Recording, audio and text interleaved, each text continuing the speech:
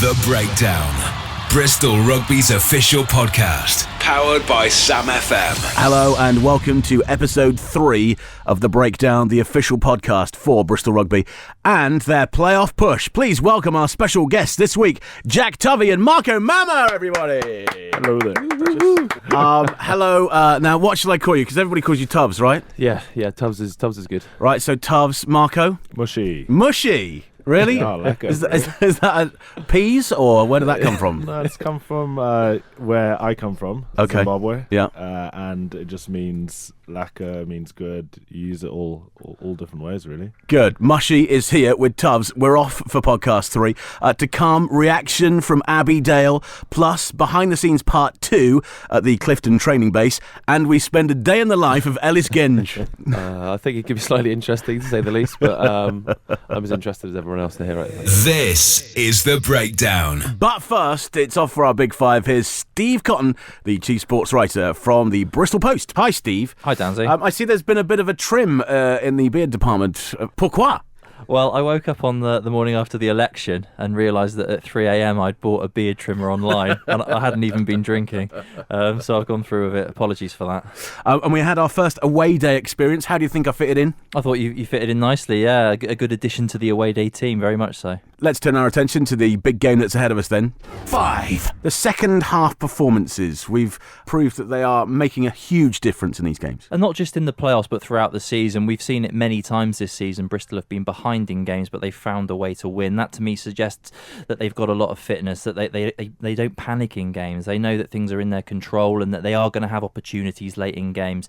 We saw this at Rotherham perfectly. They didn't play particularly well in the start of either game, but they came through strongly both times. A 20-point aggregate margin shows that, and I think that they'll know that going into these games, that if things don't go their way early on, they might go their way later on. 4. Bristol going into this game with virtually a full fit squad, bar the long-term injuries. So how important is that, Steve? I think it's very important, and when Mitch Eadie was injured in the first leg, we worried about him, but he's back available. The same with Marco Mama at the weekend. He's also back available, which says that the fitness team, the performance guys, the medical staff are working wonders. But also it gives Andy Robinson and Sean Holly a major headache. They wanted to arrive at this stage of the season with everyone or as many people fit and in form as possible. They've got that. And as the selection showed when they went to Worcester recently, it doesn't really matter who plays in the 15 or the 22. There's such depth. So many players are playing well and so many players are fit coming into these big games. 3. We have already beat Worcester twice during the regular season. What can we read into this, Steve? It might not be the decisive factor that wins the playoffs, but Bristol do know that they've got Worcester's number. They've beaten them home and away. And if there's any doubts going into the second leg, maybe they're a couple of points behind. We hope they won't be, but if they are, they know that they've gone there before and won. They know that many players in the squad have experienced beating Worcester, not just the starting 15, so I think that's important. So mentally, there's a little bit of a head start there, perhaps. There certainly could be. I mean, I think it goes back to the point that, do Worcester know they can beat Bristol? No, they don't. They certainly will think they can on their day. They haven't had their day yet this season, and I think that benefits Bristol going into these games. 2. Of course, Robbo electing to play at home first. This is his way. How important do you think that good start is going to be? I think it's very important. I think what we saw last year was this tendency that if you play your second leg game at home, you think, regardless of what happens in the first leg, everything will be okay. You think we can put it right, we can go back home, we can sort it out, even if we're behind 10, 15 points, whatever it was. That's not always the case, because then when you go back home, you're chasing the game, you're chasing the clock. By going home first, I think you set the tone. You say we're going to be positive, and you're not relying on then turning things round in the second leg. It's a very positive approach. Robbo says it's like winning the toss and batting in cricket, and I can certainly see that, because you want to make a statement early on, and I think that's what Bristol are hoping to do. And we get to have another away day, obviously. We do midweek this time, slightly different, but I'm sure that there's so much at stake as well for that one, Downsy. I mean, it's going to be tense. Any room for me in Media Car 1, or am I still relegated to Media Car 2? You know how the system works. It's years of respect. Earn your stripes. Earn your stripes. Absolutely. 1. And finally, Steve, for this week and this podcast, Worcester Warriors just dipped back out of the Premiership. They have those amazing facilities and, of course, that squad. Where will this game be won and lost? I think we can look to overcomplicate that by coming up with a very long-winded and technical answer, but I think in reality the game will be won, the tie over 2 legs will be won by the side that takes their chances. Chances, there might not be too many of them. It's going to come down to who's clinical, who holds their nerve. Bristol have shown time and time again this season that when games are tight, when the stakes are high, they can deliver. They're going to have to do that again, but they know they can do it again. Those are the fine margins. That's what it's going to come down to. Bristol will take their chances over the 2 legs, and if they do, they'll be promoted. Good stuff. Steve Cotton for this week. Thanks very much. Thank you. I'm really absolutely over the moon that we're going to the final now. Best thing we could do, and we're going to win, I hope. Certainly everyone needs to be up for it. This is The Breakdown, Bristol Rugby's official podcast, powered by Sam FM. We're back in the studio with Tubbs and Mushy. I'm still getting my head around that. Mushy peas. Did people actually call you that in the team? Really? Mush. That's your thing. Or licks. I prefer licks. Licks? Yeah. Tell me about licks. Well, that's only really you. Yeah. It just kind of every now and again be all right, you licker. Right. Kind of like how you doing type Bristolian thing. So Oh, I like it. I like it. Whenever we say it, people are like, "What does that even mean?" So it's our little personal thing we've got going on. Oh dear. Bromance right here. Yeah, just exactly. forming right here. So we've been lucky enough to go behind the scenes up at the Clifton training base and have a chat to a few people. One of the people we're about to meet is Sue the cook, who sort of says she feels like your mum sometimes. She is our mum. She's had to clean up after James Hall recently, who left the lid off the blender, which was quite an event. But no, it's great to have such a bubbly personality looking after us and wiping our bums every so often. Okay, let's go behind the scenes at the Clifton training base and meet the team. The Breakdown. I'm Sue Adams and I'm the caterer for Bristol Rugby. Okay, so you then must see it all go on. You've been here, seen it all before, Sue. What is the best bit about your job, do you reckon? Just being with the boys. I've been with them for a long time now. I just love it. I'm Nick George. I'm one of the community development guys for the foundation. So you have the unfortunate pleasure then of working with Ben Breeze. Yeah, the phrase "you've been breezed" has been coined recently, which I'm sure you'll be pleased to hear. On a serious note, it's an enjoyable job working with the community foundation, getting out, working in different schools, and with the group that we work with, the guys in the foundation.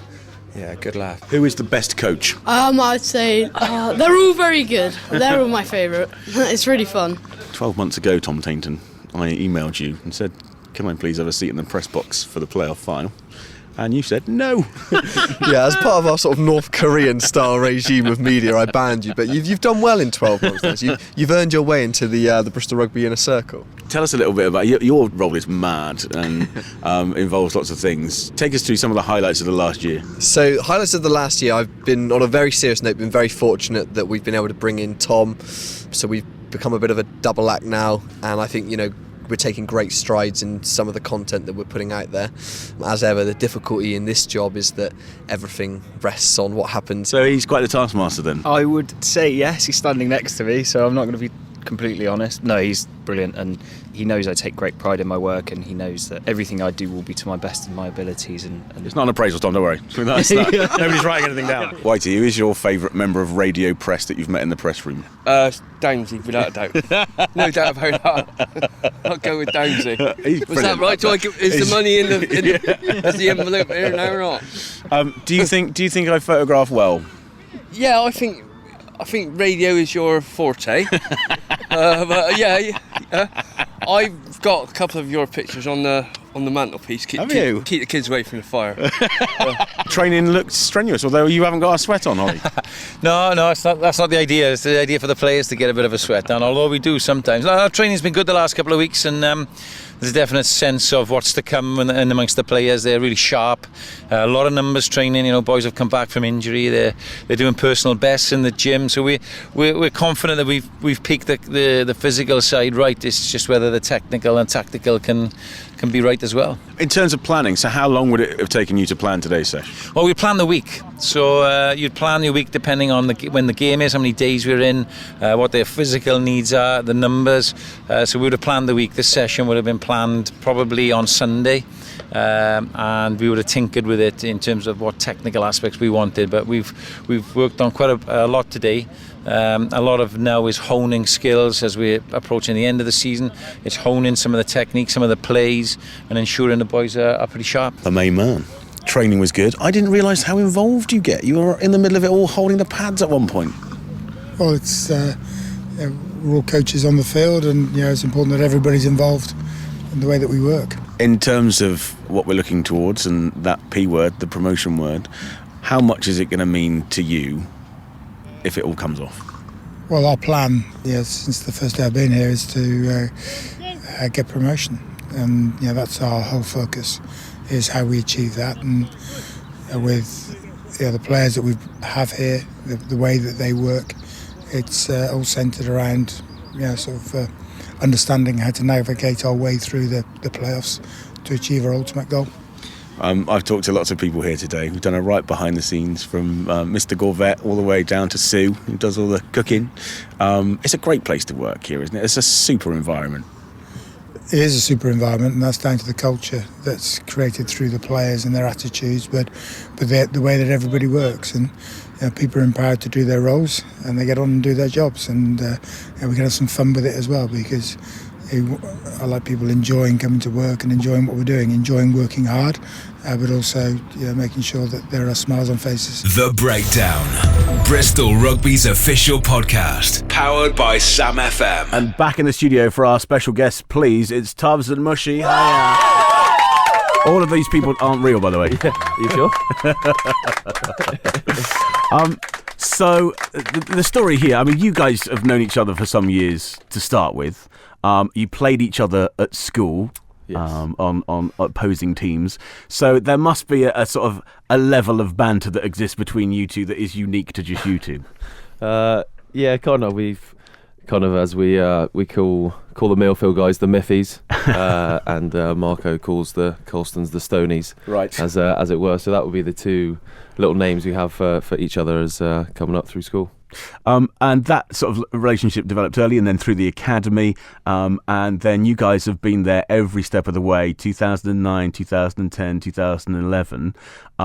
So that, I suppose, been here, done that to a certain extent, and you'll be able to use that to, I don't know, maybe help and guide others that haven't, maybe, and this is their first playoff campaign. Yeah, I mean, over those seasons we've had a massive squad turnover.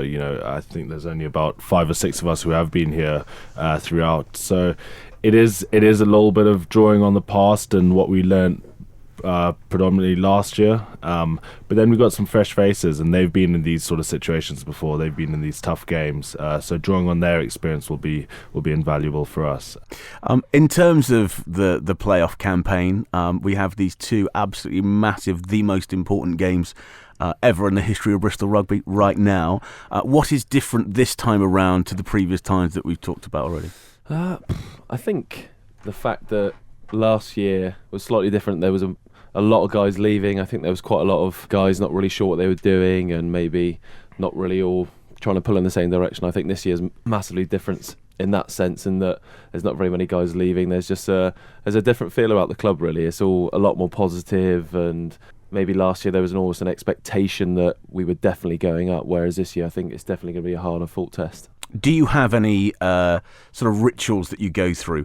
What's being heralded as the difference this time, by the way, in the media circles, is that previously you'd not had me as sort of part of the media definitely. team in all the previous playoff pushes. I'm now here. The winning just continues. So do you guys have any rituals or superstitions that you're going to have to keep to for these games? I think superstitions, I try and stay away from them as much as possible. With, I think, something stupid like both my laces snapped. Well, one of my boots laces snapped on the weekend against Rotherham. I thought this isn't a great sign, and then the same thing happened again in the Rotherham away leg. So I thought, right, I'm going to try and put that out and pretend like that's not actually going to make a difference, because before you know it, if you put your left on before your right, you can start becoming a bit obsessive with it all. Yeah, Marco. Superman underwear. Really? Yeah.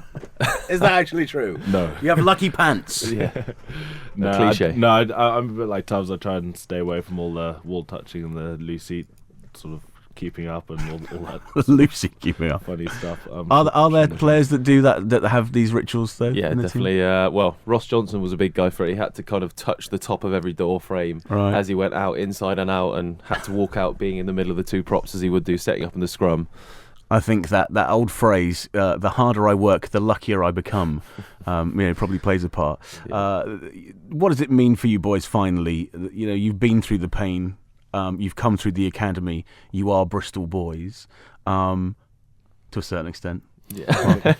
But we'll have you, that's fine. A bit like Brunel, he wasn't Bristolian either. We'll have him too. Yeah. But this time, how much does it mean to you that that you make it this time? Yeah. I think it's I think the timing's right for us.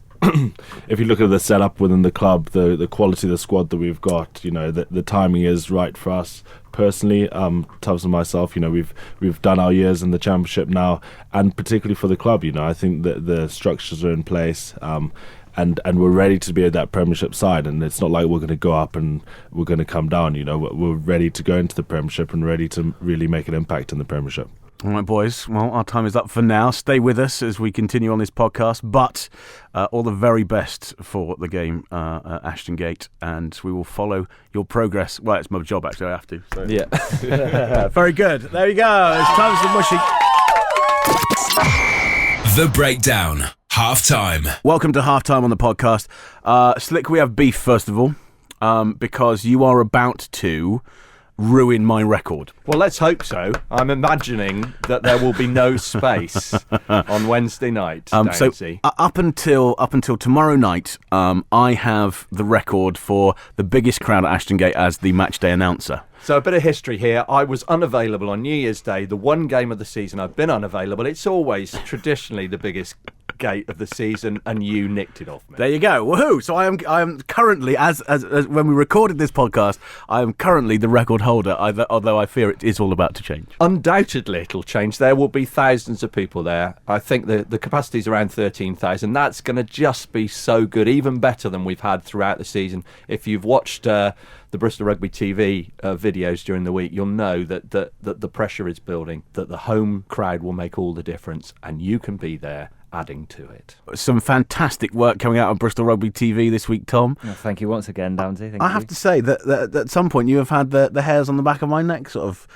in a state of erection. That needs shaving. Yeah, that's true. Yeah, it does. Yeah, I'm not sure I can say erection on the podcast. I just have. So carry on regardless. So what's coming up on the channel as we go forward into these two really important games? Georgia and I will be in and amongst the fans' village. We'll be coming in and getting vox pops and things off of the fans. So good luck messages and things like that. So if you see us, come and say hi. Record your messages for the fans.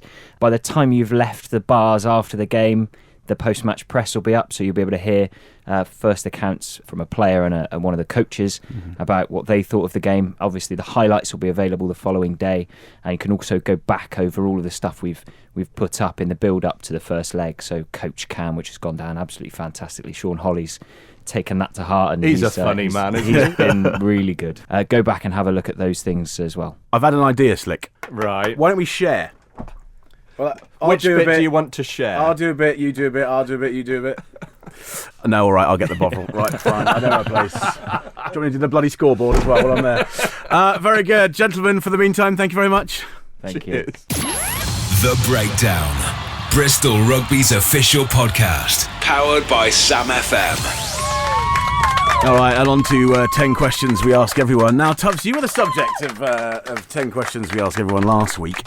And the boys GT and Soz, in described you as the longest in the shower. I assume this is some sort of reference to the amount of time you spend washing yourself. That is correct. Normally first in, last out. So you kind of does take a little bit longer to wash off the sweat and dirt. So. And being the longest in the shower, is that a proud club achievement that you have? Are you proud of that title? Yeah, I think so. I think it's something to be proud of. I think we all would be. Yeah.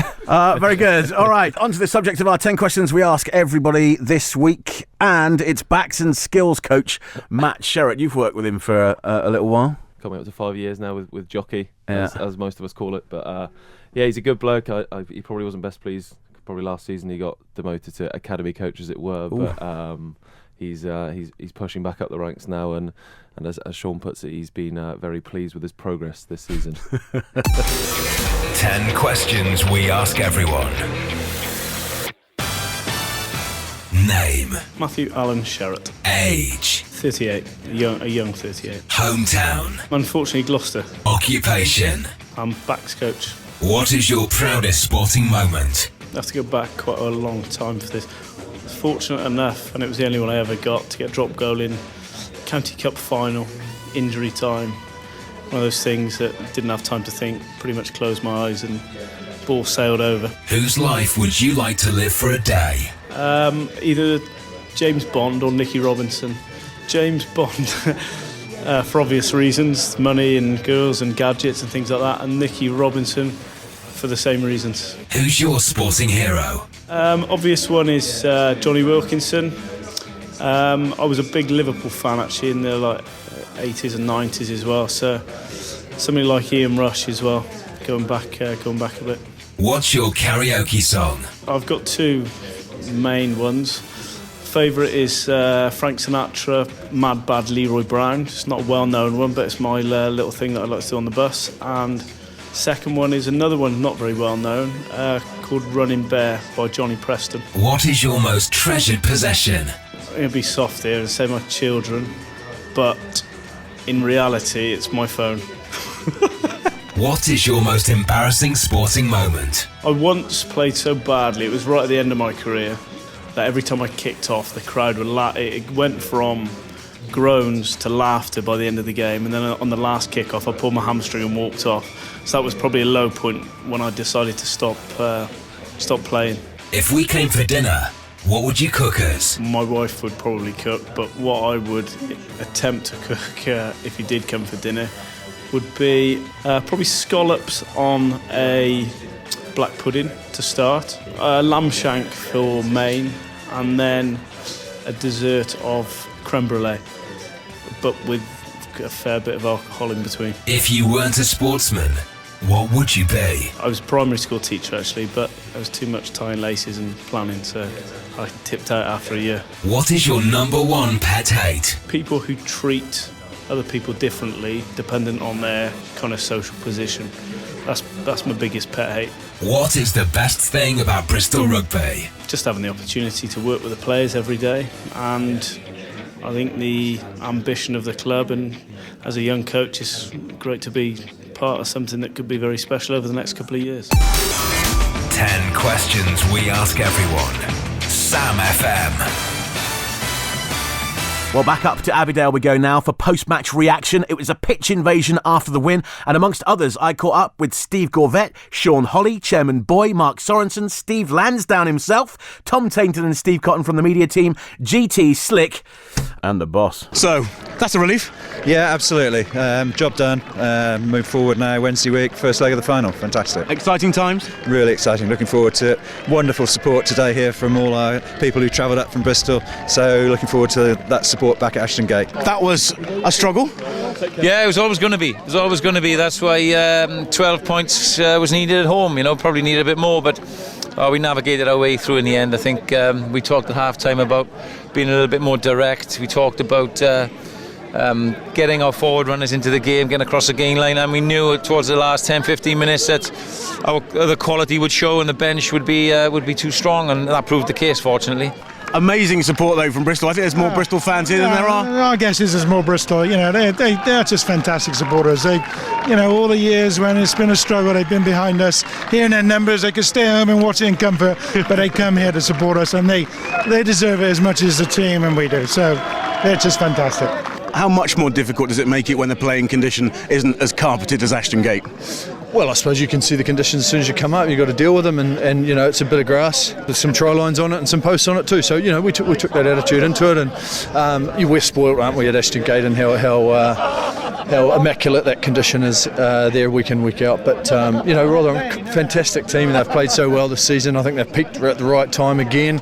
So fair play to them. They've got some really, really good players in their side, and a lot of young guys as well. So to compete in the championship as the way they do, it just shows the support they've got and also the quality of players they do have here. Is this the year that Bristol Rugby can do it, do you think? Well, we'll have to wait and see, won't we? It's going to be tough, but I think we're in good shape to do it, and I just think the sheer resilience of the guys is showing that if it's going to be the year, this could well be it. Squeaky bum time for the majority of the first and some of the second half. I'd like to apologise to Steve on air because I'm an infuriating person to sit next to. I get into panicky mode usually some point during the second half, and Steve, like an older brother, has to just put his hand on my shoulder and say, "Tom, it'll be fine. And inevitably, it usually is up here, but we do have our awkward moments. So it was on edge second half, certainly. I saw nervous crisps come out. I had a real nervous crisps. We're a new addition with a new member of our media team today. Georgia bringing those along so she can come again. But going back to that point Tom made, it was a real deja vu. This time last year, he put his arm around me and said in this kind of puppy dog way, "Are we going to win?" And it was exactly the same today. And I just have to reassure him, Tom, it's going to be absolutely fine. The game's it's under control, no problem. Let's just sit back and watch the boys do it. And they did it again. Well, first of all, congratulations, dude. I've forgotten how tall you were. You must be pleased with that.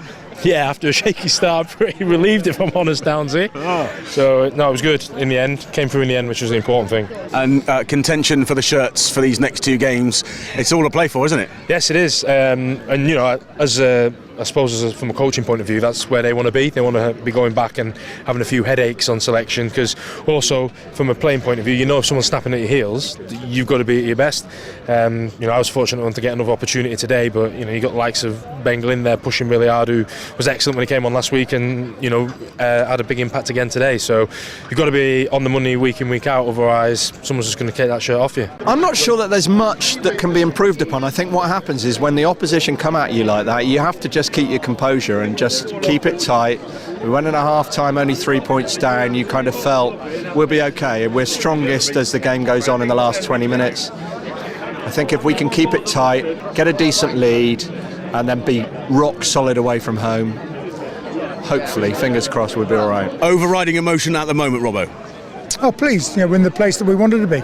We knew that it was going to be hard coming here, but we've worked hard all season to get. You know, we've lost 1 game in the league, and again we've won again today under a bit of pressure, but we've come out winners. Are you going to have a pint though? That's what we want to know. Well, I'm driving home, so no. This is the Bristol Rugby Breakdown Podcast with Sam FM. Win stuff for free. And your chance to win a signed Bristol Rugby jersey just by showing us what you do in yours. That's right, take a picture, hashtag it with We Are Bristol and send it to @SamFMBristol. So boys, what do you do in yours? Marco, what will we see you doing in your blue and white hoops? Well, this summer you could see me running through the savannah in my loincloth, hunting a buffalo. Oh, right, okay. With a Bristol Rugby jersey on, though. Of course. Obviously. Loincloth and Bristol Rugby jersey. I like it. Tubbs? Probably taking the boys' money off them on the golf courses. No one can really get close to me at the minute. Oh, you're a bit of a golfer, are you? Try to be, yes. Oh, dear. Try to be. What do you play off? About 12. Oh, I play off a tee. Hey. If you want to win this signed Bristol Rugby jersey, just @SamFMBristol on Twitter with a picture of you in your blue and white hoops and hashtag it with We Are Bristol, and somebody will be winning a fantastically signed. Do you have an extravagant signature, Marco? No, pretty plain and simple, sorry. Is it? Yeah, an X. XOXO. I like it. Right, competition time then. Get your entries in, and somebody will be a winner by this time next week. We've been Bristol fans 20 odd years. It's been up and down and up and down. How I've not had a heart attack before now, I don't know. The Breakdown, Bristol Rugby's official podcast, powered by Sam FM. So one of the things we like to do on The Breakdown is get behind the scenes, get under the skin of both the club and the players too. And the skin we are climbing under this week is the skin of Mr. Ellis Genge, who comes with his reputation of being the M5 with 2 hard shoulders, is what I've heard. So what does he mean to you? He's a character, to say the least. I think he's for a young guy, he kind of earns a lot of respect from the guys, but probably because they're more scared of him than anything else. Right. So it's a case of avoiding him in any contact session whatsoever. Right. He just wades straight in, does he? I'm just glad Genge has found rugby. So the guy that's been called up to the England under-20 squad, a day in the life of Ellis Genge. The Breakdown. Right. Good morning. It's 8 o'clock.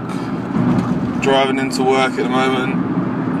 Driving along the Portway now, on my way into the club.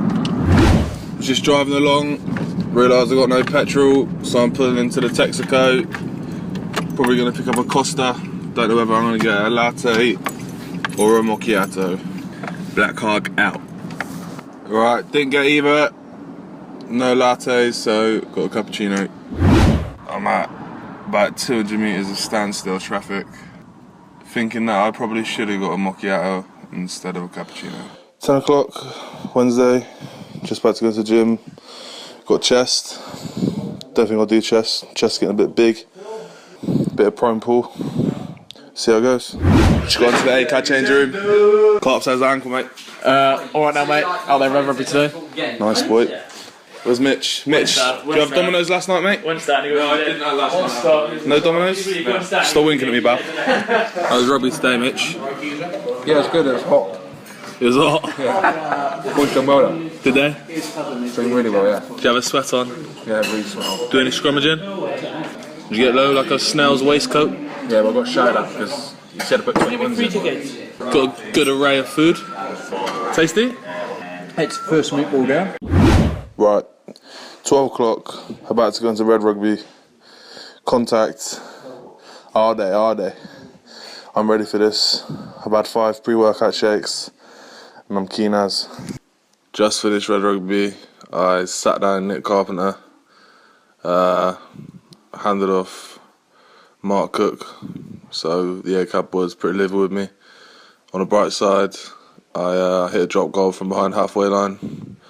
Boys weren't really impressed because I do it every session now, but it's been a good day, and now I'm going to go home and get some scran. It's 5 o'clock, just got home from training. Going to go DL in a minute. I've nutmegged Lammy 3 times with a tennis ball. He's pretty dark at the moment, so if you see him, try to pick up his confidence. The Breakdown Fan Challenge. Head to head. Player versus fan. My name's Paul Jordan, I'm Secretary of Supporters Club and I'm from Brislington. Glenn Townsend, I'm from Lancaster. Okay, Glenn, how long have you lived in Bristol for, knowing that half the questions are about Bristol? Just over 3 years. Okay, so you should be all right. Yeah, well, maybe. Depends what type comes up, but fingers crossed. Okay, right. Who's going first, please? Glenn. Right, Glenn. Glenn picks number 4. Okay, Glenn. 2 rivers run through Bristol. The River Avon, but what is the other? I would have got the River Avon. The Severn. The Severn is good, but it's not the one. Paul, did you know? I'm going to go with the Yo. Ooh, it's good. It's the Froome. Yes! It's the Froome. Okay. Okay, right, Paul. So, do you want to choose your first question? Number 2.